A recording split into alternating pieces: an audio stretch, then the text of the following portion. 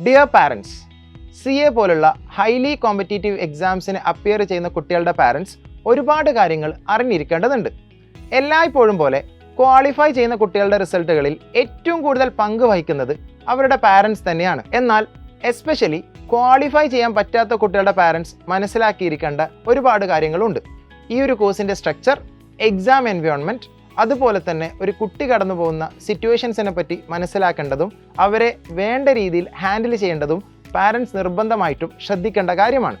അതുകൊണ്ട് dear parents, ആദ്യമായിട്ട് all India ലെവലിൽ നടക്കുന്ന ഈ ഒരു എക്സാമിൻ്റെ പാസ് പെർസെൻറ്റേജിനെ പറ്റി പറയുന്ന സമയത്ത് ലക്ഷങ്ങളോളം കുട്ടികൾ എഴുതിയിട്ട് ആയിരങ്ങളോളം കുട്ടികൾ പാസ്സാവുന്ന ഒരു എക്സാമാണ് ചാർട്ടേഡ് അക്കൗണ്ടൻസി.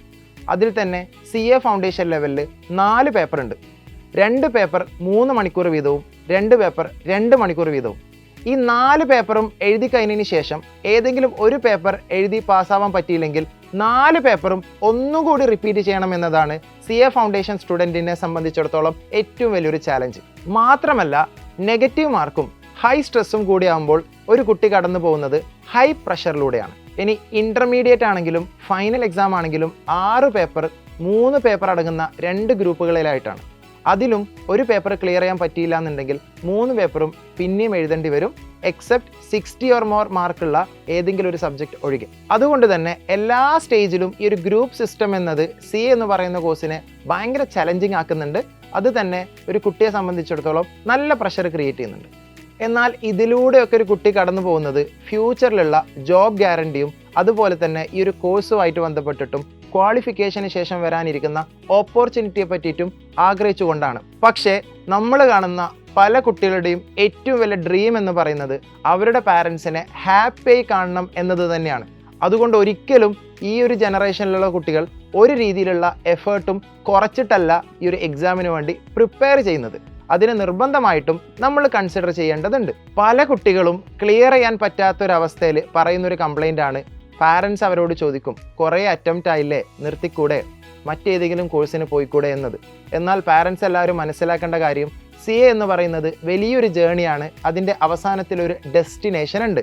ആ ഒരു ഡെസ്റ്റിനേഷനിലേക്ക് പോകുന്ന സമയത്ത് പല രീതിയിലുള്ള ബുദ്ധിമുട്ടുകളും കുട്ടികൾ ഫേസ് ചെയ്യും, പല എക്സാമുകളും കുട്ടികൾ ഫെയിലാവും. എന്നാൽ അടുത്ത എക്സാമിന് എങ്ങനെ പാസ്സാവണമെന്ന മൈൻഡ് സെറ്റിൽ കൂടുതൽ എഫേർട്ട് ഇടുന്ന കുട്ടികളാണ് വലിയൊരു വിഭാഗവും.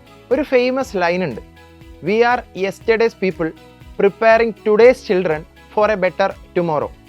അതായത് പാരൻസ് മനസ്സിലാക്കേണ്ട കാര്യം, നമ്മുടെ ചൈൽഡ്ഹുഡിലൂടെയല്ല കുട്ടികൾ കടന്നു പോകുന്നത്. ടെക്നോളജി ആണെങ്കിലും സോഷ്യൽ മീഡിയയിലൂടെ ആണെങ്കിലും ആർട്ടിഫിഷ്യൽ ഇൻ്റലിജൻസ് ആണെങ്കിലും നമ്മൾ പലരും കാണാത്ത പല കാര്യങ്ങളിലൂടെയാണ് കുട്ടികൾ കടന്നു പോകുന്നത്.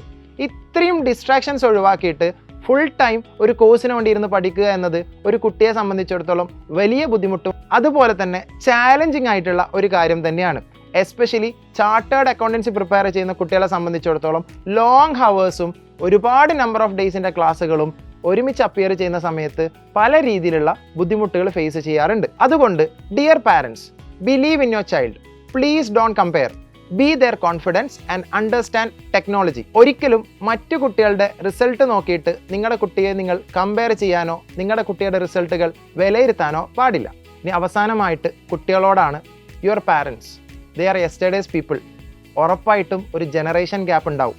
അതുകൊണ്ട് തന്നെ remember their sacrifices, understand their values.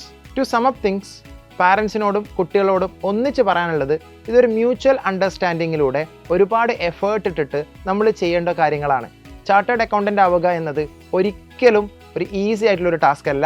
അതിൽ കുട്ടിയും പാരൻറ്റും അതുപോലെ തന്നെ ഫാമിലിയും ഒന്നിച്ച് നിന്നാൽ മാത്രമേ ഏറ്റവും നല്ല രീതിയിൽ ഒരു കുട്ടിക്ക് ഒരു സക്സസ്ഫുൾ ചാർട്ടേഡ് അക്കൗണ്ടൻ്റ് ആവാൻ പറ്റുകയുള്ളൂ. സോ CA റിസൾട്ട്സ് വന്ന ഈ വേളയിൽ ഞാൻ പറഞ്ഞ കാര്യങ്ങൾ റെലവൻ്റ് ആണെന്നും അത് നിങ്ങൾ ഉറപ്പായിട്ടും ശ്രദ്ധിക്കുമെന്നും വിശ്വസിക്കട്ടെ. Signing off.